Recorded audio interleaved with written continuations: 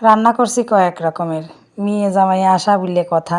কয়দিন ধরে আপনাদের দাদা খালি খালি কয়াই যাচ্ছে কি রান্না করবে কি খাওয়াইবে এই আর মেয়ে জামাই কথা শুনে একটু অবাক হয়েছেন না। আমাকে চেনেন জানেন, তারা তো ভাবতেছেন যে দিদির তো মেয়ে বিয়ে হয়নি, মেয়ে জামাই এবার কোত্থেকে আসলো।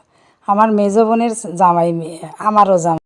ও আর একটা কথা, ভিডিওটা কিন্তু কয়েকদিন আগে অনেক সকালে বাসি কাজ কাম সারে পরে চিন্তা করলাম ফুল টুল তুলে রাখি, পরে রান্না টান্না করে পূজাটা দিয়ে দেবো তাড়াতাড়ি। তারপরে আমি তো অবাক, ওই যে গুটি গুটি এই ফলরে গুটি গুটি পায়ে চলে আসতেছে আমার দিদুন।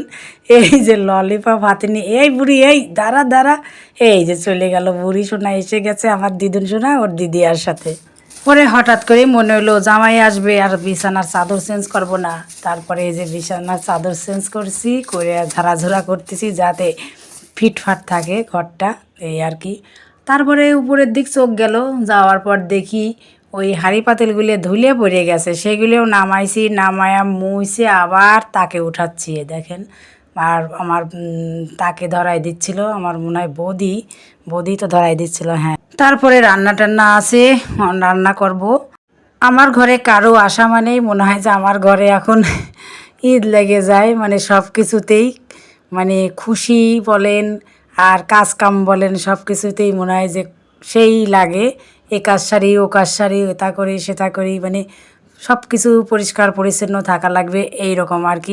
আসলে চেষ্টা করি সবসময় পরিষ্কার থাকার, তারপরেও কারো আসার কথা শুনলে আরেকটু মানে পরিষ্কার নিয়ে ব্যস্ত হয়ে যায়।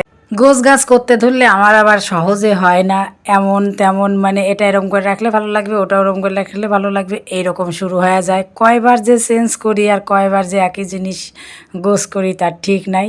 এইগুলো আমার স্বভাব। এদিক মনের মধ্যে সেই তাড়াহুড়া করতেছি যে কখন চলে আসে না আসে, আবার রান্না আছে। এই যে আমার গোছ গাছ করা শেষ, এখন ওই ঘরটাও একটু কোনো রকম গোছ গাছ করে নেব, তারপরে শুরু করব রান্না।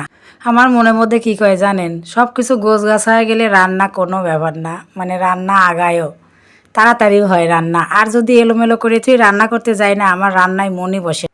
এবার যাব রান্না করতে। এদিকে বুড়ি আবার এই দেখেন ম্যাও এক ললিপপ ললিপপ খাওয়াচ্ছে, ললিপপ মুখে আসতেছে, ললিপপ খাওয়ার কথা বলতেছে। দিদুন আসলে তো আমার মনের মধ্যে সেই ঈদ লাগে, কিন্তু আজকে আর বেশি সময় দিতে পারতেছি না, আমি এখন চলে যাব। দিদুন একলা একলাই খেলো। এই দেখেন পায়েসটা দেখেন, আগে রান্না করছি কি সুন্দর হয়ে আছে। আর কোনো রান্নারই আমি ভিডিওটা করিনি, কারণ কি ভিডিও করতে গেলে কিন্তু আমার রান্নার অনেক দেরি হয়ে যায়। এবার বললে আমি কী রান্না করছি, মুগ ডাল ডিম দিয়ে, এই যে মাছের কালিয়া, রুই মাছের কালিয়া, মাছের মাথা দিয়ে লাউয়ের ঘন্ট, ডিমের ভুনা, আর ছিল হচ্ছে টমেটোর চাটনি, মুরগির মাংস, পোলাও, আর সেই সাথে ছিল বেগুনি আর সালাদ। রান্না শেষ করে পূজাটাও দিয়ে দিলাম। যাই হোক, ভিডিওটা কেমন লাগলো সবাই বলবে।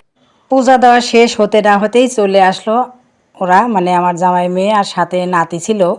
তো যাই হোক, এবার এখন খাবার টেবিলে যাই। এই যে টেবিল রেডি, একদম রেডি করা হয়েছে। এখন কয়েকটা প্লেট সাজাই নেব 3 জনের জন্য।